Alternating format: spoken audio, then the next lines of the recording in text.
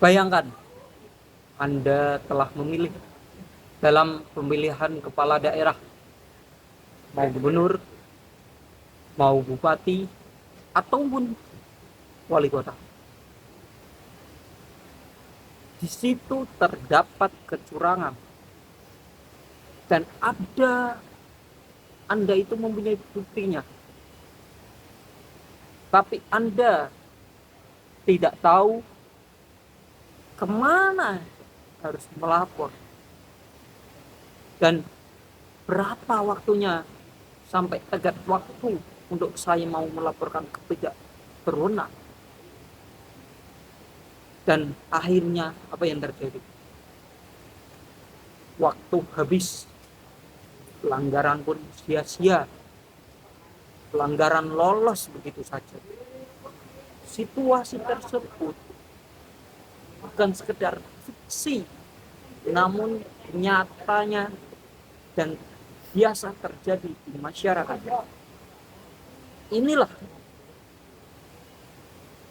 situasi bahwasanya negara tahu akan hal tersebut, makanya disusunlah aturan yang sangat ketat dan juga aturannya secara teknis dan kuantitatif dalam undang-undang pilkada, khususnya pada bab 9, 19, bab 19 dan bab 20.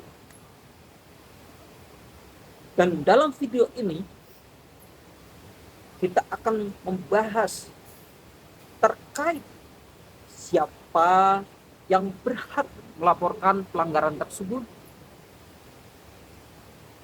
dan seberapa ketat batas waktunya dan apa saja pelanggaran dan siapa yang berwenang menangani. Terakhir, bagaimana angka-angka dalam pasal 158 menentukan nasib sengketa di Mahkamah Konstitusi. Halo, kembali lagi dengan saya. Perkenalkan, nama saya Haji Ramadan, mahasiswa UIN Gus Dur semester 6 dengan NIM 103231117. Selamat siang, salam sejahtera bagi kita semua. Kita akan mengulik bagaimana pendekatan-pendekatan yang dipakai dalam menganalisis pada bab 19 dan 20. Teman-teman, jangan kemana-mana, kita akan kembali lagi dalam jeda berikut ini. Pendekatan yang digunakan dalam menganalisis peraturan yang saya gunakan ini adalah pendekatan induktif deduktif, yaitu bisa disering sebutkan adalah pendekatan atau metode piramida terbalik, yaitu kita mulai dari gambaran-gambaran kecil atau kita mengulik dalam secara filosofis hukum pemilihan itu sendiri. Kemudian kita akan menuju ke tahap mengerucutkan detail-detail teknis dan juga mekanisme dan juga angka-angka yang sangat konkret. Untuk mempermudahkan alur diskusi kita hari ini, ada 5 poin utama yang kita akan bahas. Yang pertama, yaitu pendekatan dengan cara melihat latar belakang dan filosofis mengapa penegakan hukum pilkada itu sendiri sangat krusial. Yang kedua, yaitu kita akan masuk dalam bab 19 terkait mekanisme pelaporan dan manajemen waktu yang sangat ketat itu sendiri. Yang ketiga, kita akan kupas bab 20 tentang taksonomi 4 jenis pelanggaran, dan juga yang keempat kita akan membahas mengenai analisis angka-angka ambang batas sengketa hasil atau PHP dalam pasal 158. Dan yang terakhir adalah kita akan tutup dengan kesimpulan atau refleksi bagaimana peraturan ini dibentuk dan juga apakah masih ada kekurangan-kekurangan yang sangat-sangat kita perlukan. Kita akan membahas pada selanjutnya. Sebelum masuk ke pasal-pasal, penting bagi kita anak hukum harus memahami mengapa aturan ini dibentuk dan apa urgensinya. Kalau kita lihat, pilkada atau pemilihan kepala daerah adalah pilar demokrasi lokal atau instrumen yang memungkinkan rakyat di daerah memilih pemimpinnya sendiri secara langsung. Namun tanpa sistem menegakkan hukum yang efektif, pilkada rentan menjadi arena manipulasi. Disinilah undang-undang pilkada hadir untuk memastikan bahwa setiap potensi sekecil apapun pelanggaran bisa direspon secara cepat, tepat, adil, dan transparan. Analisis kita akan menggunakan pendekatan induktif-deduktif. Kita mulai dari gambaran filosofis yang luas, kemudian secara progresif yang sangat spesifik. Pendekatan ini membantu kita memahami mengapa sebelum memahami kita pendekatan ini membantu kita memahami mengapa peraturan itu dibentuk sebelum memahami kata bagaimana peraturan itu berlaku.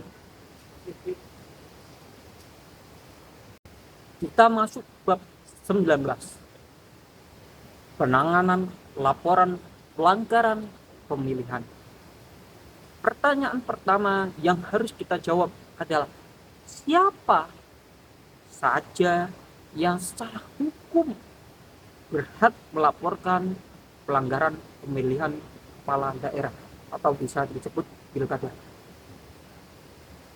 Undang-undang pilkada mengakui 3 kategori pelaporan. Yang pertama, warga negara Indonesia yang terdata sebagai pemilih. Mereka membuktikan dengan KTP atau iktp atau surat keterangan domisili yang valid di daerah pemilihan terkait. Dasar kewenangannya adalah hak konstitusional rakyat itu sendiri. Yang kedua, pemantau pemilihan. Namun bukan sembarang pemantau.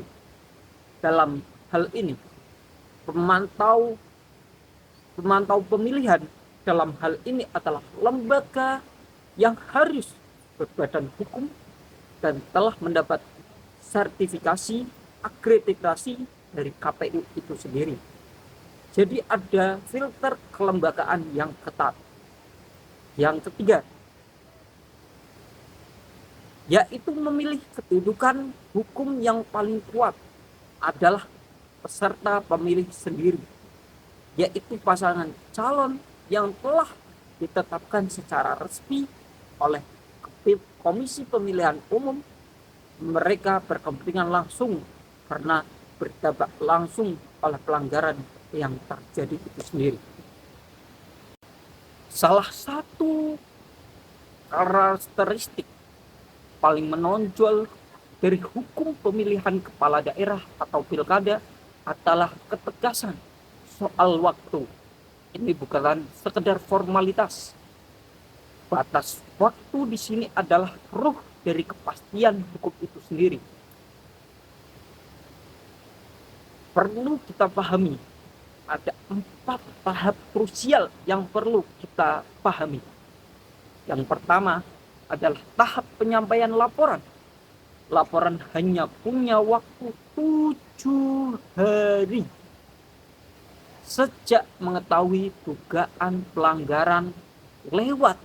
Dari itu, laporan dinyatakan kadaluarsa dan gugur secara hukum.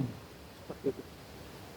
Yang kedua, kajian awal oleh Bawaslu, Badan Pengawas Pemilu, atau Panwas, panitia pengawas, dilaksanakan dalam 3 hari.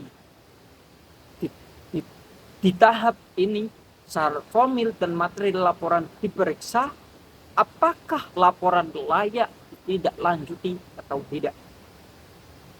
Yang ketiga, poin ketiga, yaitu jika diperlukan ada proses klarifikasi. Bukti secara tambahannya 2 hari.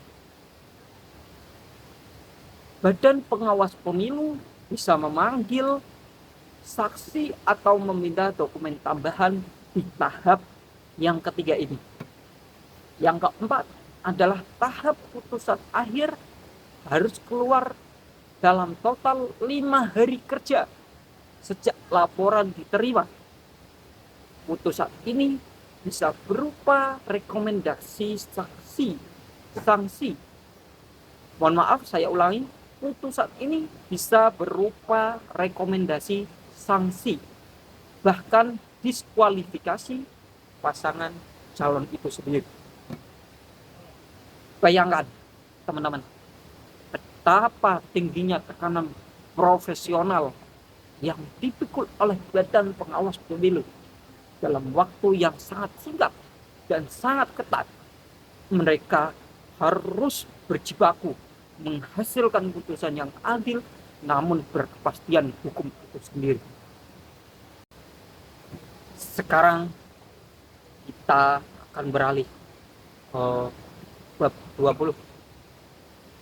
Di sini undang-undang pemilihan kepala daerah atau pilkada membangun arsitek penegak hukum yang berlapis dengan 4 jenis pelanggaran yang ditangani oleh lembaga yang berbeda-beda. Oke, teman-teman, kita akan membahas satu persatu lembaga apa saja yang berwenang dalam penegakan hukum dalam pemilihan kepala daerah.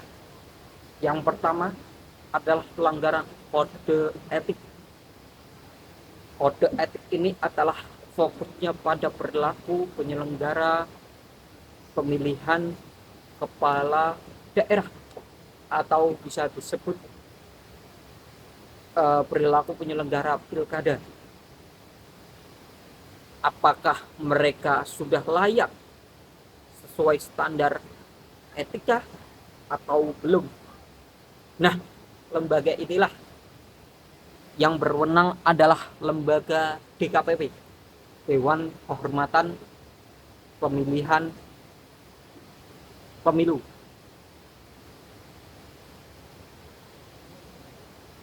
Dan putusannya yang bersifat final serta mengikat.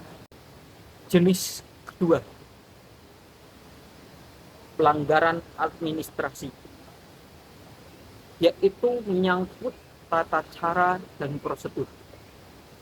Di sini Badan Pengawas Pemilu atau bisa disingkat Bawaslu yang berwenang dalam mengadili, dan rekomendasinya harus atau wajib dijalankan oleh Komisi Pemilihan Umum atau bisa disebut KPU. Yang ketiga, sengketa tata usaha negara atau bisa disingkat TUN. Ini berkaitan dengan keabsahan surat keputusan Komisi Pemilihan Umum. Misalnya, penetapan pasangan calon diselesaikan dalam PT UN atau bisa dalam Mahkamah Agung itu sendiri. Yang keempat, jenis tindakan pidana pemilihan. Dalam hal ini harus ada delik seperti politik, uang, pemalsuan, atau bisa intimidasi pemilih. Ditangani oleh siapa? Ditangani oleh Gakumdu, Sentral Penegakan Hukum Terpadu, bersama Pengadilan Negeri. Filosofi dibalik pembagian yang sudah saya jelaskan ini menghindari tindak kewenangan setiap lembaga yang harus memiliki jalur penegakan hukum tersendiri seperti itu. Sistem ini saling melengkapi, bukan saling bersaing. Ingat teman-teman, seperti itu. Oke teman-teman, kita kembali lagi. Bagian paling teknis sekaligus paling menarik dari seluruh presentasi yang sudah saya jabarkan pada sebelumnya, yaitu dalam pasal 158 Undang-Undang Pilkada menetapkan ambang batas kuantitatif untuk mengajukan sengketa pemilihan atau PHPH, PHPP, PHP ke Mahkamah Konstitusi. Prinsip sederhananya, namun sangat terukur, Mahkamah Konstitusi hanya akan mengadili sengketa jika selisih perolehan suara berbeda dalam rentan yang sangat matematis, berpotensi mengubah hasil pemilihan. Untuk level gubernur, ambang batas bervariasi berdasarkan jumlah penduduk. Di provinsi berpendudukan kurang dari 2 juta jiwa, selisih suara harus di bawah 2%. Tapi di provinsi dengan lebih dari 12 juta penduduk, ambang batas menjadi sangat ketat, yaitu hanya 0,5%. Pola yang sama berlaku untuk bupati dan wali kota. Kabupaten atau kota yang penduduknya kurang dari 250.000, ambang batasnya 2%. Tapi di atas 1 juta penduduk hanya 0,1%. Mengapa makin besar populasi makin kecil presentasinya? Seperti itu teman-teman. Kita akan logikakan. Signifikan secara sistematis 0,5%, daerah berpendudukan 12 juta itu artinya 60.000 suara. Angka yang sudah sangat besar dan secara realistis sulit terjadi hanya karena faktor teknis. Jadi Mahkamah Konstitusi dibanjiri sengketa sebenarnya tidak signifikan secara matematis. Oke teman-teman, sudah bisa memahami yang sudah saya jelaskan? Kita akan pada kesimpulan atau konklusinya. Kita akan kembali lagi, kita jeda pada selanjutnya. Kita sudah menempuh perjalanan yang cukup lengkap. Namun mohon maaf sekali bila ada perkataan atau kekurangannya, saya mohon maaf. Namun yang sudah saya ringkas, 4 poin yang utama bisa kita bawa pulang atau bisa bawa kita bekal dari analisis itu sendiri. Yang pertama, sistem pelaporan undang-undang pilkada bersifat inklusif namun selektif. Hanya pihak yang memiliki legal standing yang diakui hukum yang dapat mengajukan laporan resmi. Yang kedua, manajemen waktu yang ketat adalah cerminan dari nilai kepastian hukum itu sendiri. 7 hari untuk melapor, 5 hari untuk memutuskan. Ini bukan birokrasi, ini adalah proteksi.